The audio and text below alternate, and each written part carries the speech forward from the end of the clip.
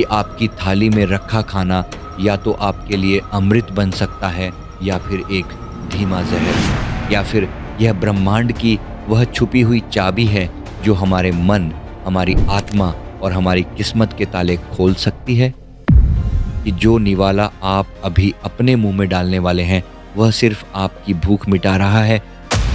श्रीमद् भगवत गीता में भगवान कृष्ण ने खाने को 3 हिस्सों में बांटा है। सात्विक, जो धीरे धीरे कैंसर, हार्ट अटैक, और जो लोग अपनी भूख से 20-30% कम खाते हैं उनके शरीर के सेल्स बहुत धीरे धीरे बूढ़े होते हैं। तो मैं गारंटी देता हूँ कि आपकी आधी बीमारियाँ बिना किसी दवा के गायब हो जाएंगी।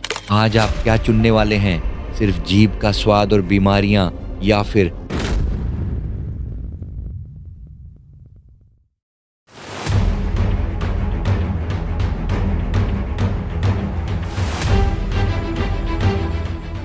क्या आपने कभी शांति से बैठकर यह सोचा है कि जो निवाला आप अभी अपने मुंह में डालने वाले हैं वह सिर्फ आपकी भूख मिटा रहा है या फिर आपके आने वाले कल को तैयार कर रहा है? क्या खाना सिर्फ हमारे शरीर को चलाने वाला पेट्रोल है, या फिर यह ब्रह्मांड की वह छुपी हुई चाबी है जो हमारे मन, हमारी आत्मा और हमारी किस्मत के ताले खोल सकती है?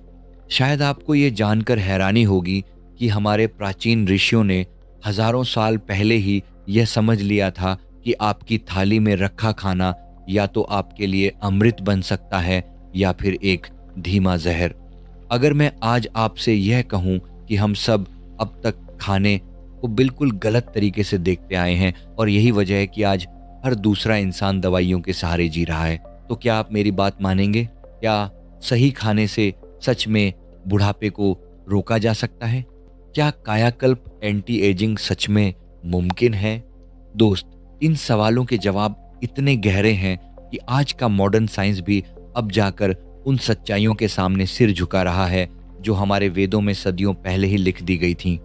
लेकिन इस गहरे रहस्य में गोता लगाने से पहले मैं एक बात साफ कर दूं, इस वीडियो में मैं जो भी जानकारी आपको दे रहा हूं वह प्राचीन ग्रंथों, मनोवैज्ञानिक शोधों और आध्यात्मिक बातों पर आधारित है। इसका मकसद सिर्फ आपको जागरूक करना है, इसे किसी डॉक्टर की सलाह मत समझिएगा। तो चलिए शुरू करते हैं। जब से ये दुनिया बनी है तब से अन्न यानी भोजन को सबसे बड़ा रहस्य माना गया है। हमारे तैत्तिरीय उपनिषद में बहुत साफ साफ लिखा है, अन्नम ब्रह्म। इसका मतलब है कि भोजन ही ब्रह्म है, भोजन ही ईश्वर है। बाहर से सुनने में यह बस एक धार्मिक बात लग सकती है, लेकिन अगर आप इसे विज्ञान की नज़र से देखेंगे तो यह एक बहुत गहरा सच है। जब आप खाना खाते हैं तो आप सिर्फ कुछ कैलोरीज या विटामिन्स नहीं निगल रहे होते हैं, बल्कि आप उस ऊर्जा को अपने अंदर उतार रहे होते हैं जिससे यह पूरा ब्रह्मांड बना है। आज की मेडिकल साइंस, जिसे गट ब्रेन एक्सिस कहती है, वो यही साबित करती है कि आपके पेट में जाने वाला खाने का एक एक कण आपके दिमाग के केमिकल्स को बदल कर रख देता है। जरा सोचिए, एक खाना जो बहुत शांति और प्यार से पकाया गया हो और दूसरा वो जो गुस्से में झिड़क कर दिया गया हो, अगर आप इन दोनों को किसी लैब में टेस्ट करेंगे तो शायद दोनों में प्रोटीन और कार्बोहाइड्रेट बराबर ही मिलें। लेकिन जब ये दोनों खाने आपके शरीर के अंदर जाएंगे तो इनका असर जमीन आसमान का होगा। हमारे पूर्वज ये कैलोरी वगैरह गिनना नहीं जानते थे, लेकिन वो एनर्जी को पढ़ना बहुत अच्छे से जानते थे। उन्हें पता था कि खाना कोई मरी हुई चीज नहीं है, खाने के अंदर एक जान होती है, एक चेतना होती है। जैसे ये खाना आपके खून में घुलता है, ये आपके विचारों को, आपके सपनों को और यहाँ तक कि आपकी प्रार्थनाओं की गहराई को भी बदल देता है। इसलिए खाने का सबसे पहला रहस्य यही है कि खाना सिर्फ आपके शरीर का ही नहीं बल्कि आपके सबकॉन्शियस माइंड का भी पेट भरता है। श्रीमद् भगवत गीता में भगवान कृष्ण ने खाने को 3 हिस्सों में बांटा है, सात्विक, राजसिक और तामसिक। और आज की साइकोलॉजी भी घुमा फिरा कर यही बात कह रही है। जब आप बहुत ज्यादा मसालेदार या तीखा खाना खाते हैं, जिसे राजसिक कहते हैं, तो आपके अंदर डोपामिन और एड्रेनलिन जैसे हार्मोन्स का बैलेंस बिगड़ जाता है। इससे आपको बेवजह की बेचैनी और स्ट्रेस होने लगता है। वहीं अगर आप बासी, रखा हुआ या पैकेट वाला खाना खाते हैं जिसे तामसिक कहते हैं, तो ये आपके दिमाग के न्यूरॉन्स को सुस्त कर देता है। फिर आप सारा दिन आलस और उदासी डिप्रेशन से घिरे रहते हैं। दोस्त, ये कोई अंधविश्वास नहीं है, ये इस बात का सीधा सीधा सबूत है कि हम जो खाते हैं हम बिल्कुल वैसे ही बन जाते हैं। जैसा अन्न वैसा मन, ये कहावत हमारे बुजुर्गों ने यूं ही नहीं बनाई थी।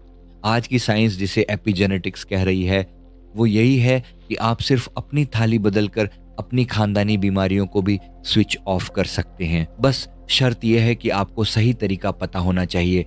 लेकिन आज प्रॉब्लम क्या है? आज का इंसान तब खाना नहीं खाता जब उसे भूख लगती है, वो तब खाता है जब घड़ी में टाइम हो जाता है या जब उसकी जीभ ललचाती है, और सारी बीमारियों की जड़ यहीं से शुरू होती है। आयुर्वेद में जठराग्नि डाइजेस्टिव फायर की बात कही गई है, जिसका सीधा कनेक्शन आसमान में चमकते सूरज से है। जब हम कुदरत के इस नियम के खिलाफ जाकर बिना टाइम के और बिना भूख के बस ठूंसते रहते हैं, तो वो खाना पेट में पचने के बजाय सड़ने लगता है। ये सड़ा हुआ खाना हमारे शरीर में जहर टॉक्सिन्स पैदा करता है, और यही वो खामोश जहर है जो धीरे धीरे कैंसर, हार्ट अटैक और डायबिटीज जैसी भयानक बीमारियों का रूप ले लेता है।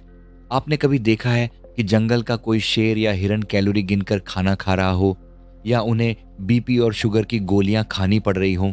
नहीं ना, क्योंकि वो कुदरत के साथ तालमेल बिठाकर चलते हैं, और हम इंसानों ने यही तालमेल खो दिया है। अब आप पूछेंगे कि यार फिर सही मात्रा क्या है, हमें कितना खाना चाहिए? जापान से लेकर हमारे भारत के योगियों तक, जो लोग 100 साल से ज्यादा एकदम फिट होकर जिए हैं, उनकी डाइट में एक बड़ी अजीब सी समानता मिली है। ये समानता इस बात में नहीं है कि वो क्या खाते हैं, बल्कि इस बात में है कि वो कितना और कैसे खाते हैं। साइंस ने चूहों पर रिसर्च की और पाया कि उन्हें कम खाना देने से उनकी उम्र दोगुनी हो गई। तो क्या हमें भी भूखा रहना चाहिए? नहीं मेरे दोस्त, राज भूख को मारने में नहीं, भूख को समझने में है। हमारे हठयोग जैसे ग्रंथों में खाने का एक बहुत ही शानदार गोल्डन रूल बताया गया है, जिसे दुनिया का कोई भी डाइटिशियन गलत साबित नहीं कर सकता। इसे मिताहार कहते हैं। नियम बहुत सिंपल है। अपने पेट को 4 हिस्सों में बांट लो। 2 हिस्से खाने से भरो, 1 हिस्सा पानी के लिए छोड़ो, और 1 हिस्सा हवा के घूमने के लिए बिल्कुल खाली छोड़ दो। आज की साइंस इसे कैलोरी रेस्ट्रिक्शन कहती है। रिसर्च बताती है कि जो लोग अपनी भूख से 20-30% कम खाते हैं, उनके शरीर के सेल्स बहुत धीरे धीरे बूढ़े होते हैं। सीधा सा पैमाना यह है कि खाना खाने के बाद आपको नींद, आलस या भारीपन नहीं आना चाहिए। अगर आ रहा है तो समझ लीजिए आपने अपने इंजन में जरूरत से ज्यादा पेट्रोल डाल दिया है। मात्रा के बाद जो दूसरी सबसे जरूरी चीज है वो है टाइमिंग। आज साइंस इसे क्रोनो न्यूट्रिशन कहती है। हमारा शरीर ब्रह्मांड की घड़ी से चलता है। सूरज सिर्फ आसमान में नहीं है, वो आपकी नाभि में भी बैठा है। जैसे जैसे सूरज चढ़ता है आपकी पाचन शक्ति तेज होती है, और जैसे ही सूरज ढलता है वो आग बुझने लगती है। जैन धर्म या हमारे पुराने लोग जो कहते थे कि सूरज ढलने के बाद मत खाओ, वो कोई पुरानी दकियानुसी बात नहीं थी, वो प्योर साइंस था।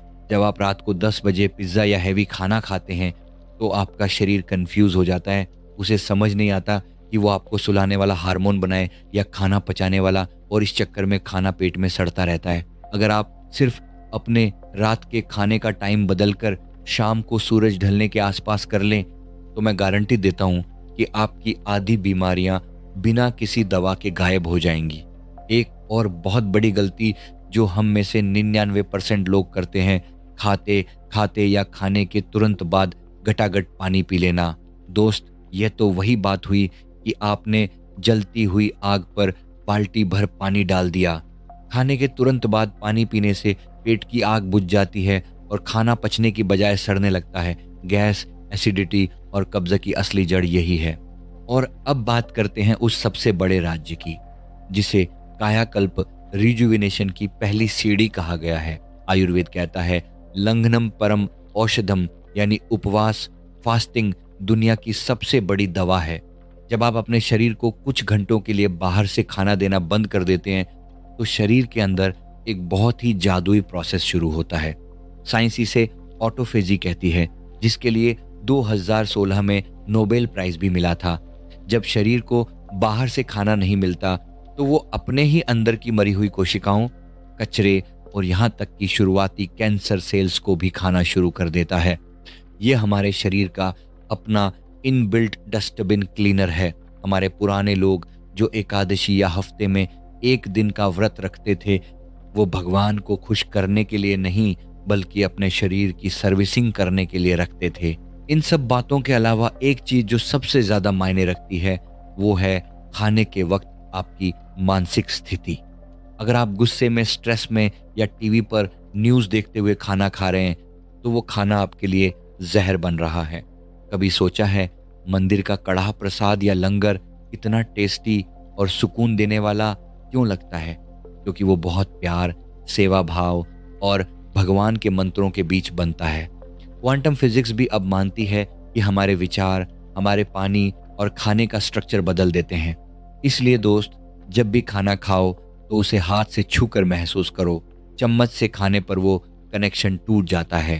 खाने से पहले एक पल के लिए आंखें बंद करो और उस ऊपर वाले का, उस किसान का शुक्रिया अदा करो जिसकी वजह से वो निवाला आपकी थाली तक पहुंचा है। खाना सिर्फ हमारे शरीर का मांस और हड्डियां नहीं बनाता, ये हमारे दिमाग, हमारे ख्यालों और हमारी जिंदगी को शेप देता है। जिस दिन आप अपनी जीभ के स्वाद का गुलाम बनना छोड़ देंगे और अपने शरीर की ज़रूरत के हिसाब से खाना शुरू कर देंगे, उस दिन आपकी ज़िंदगी में जो कमाल के बदलाव आएंगे वो आप खुद महसूस करेंगे। तो आज आप क्या चुनने वाले हैं? सिर्फ जीभ का स्वाद और बीमारियां, या फिर सही खाना और एक भरपूर एनर्जी वाली ज़िंदगी? फैसला आपके हाथ में है दोस्त। आशा करता हूं कि ये वीडियो आपको पसंद आई होगी। वीडियो पसंद आई तो वीडियो को लाइक करें और कमेंट करना ना भूलें। और अगर आप हमारे चैनल पे नए हैं तो हमारे चैनल को अभी सब्सक्राइब कर लीजिए। धन्यवाद।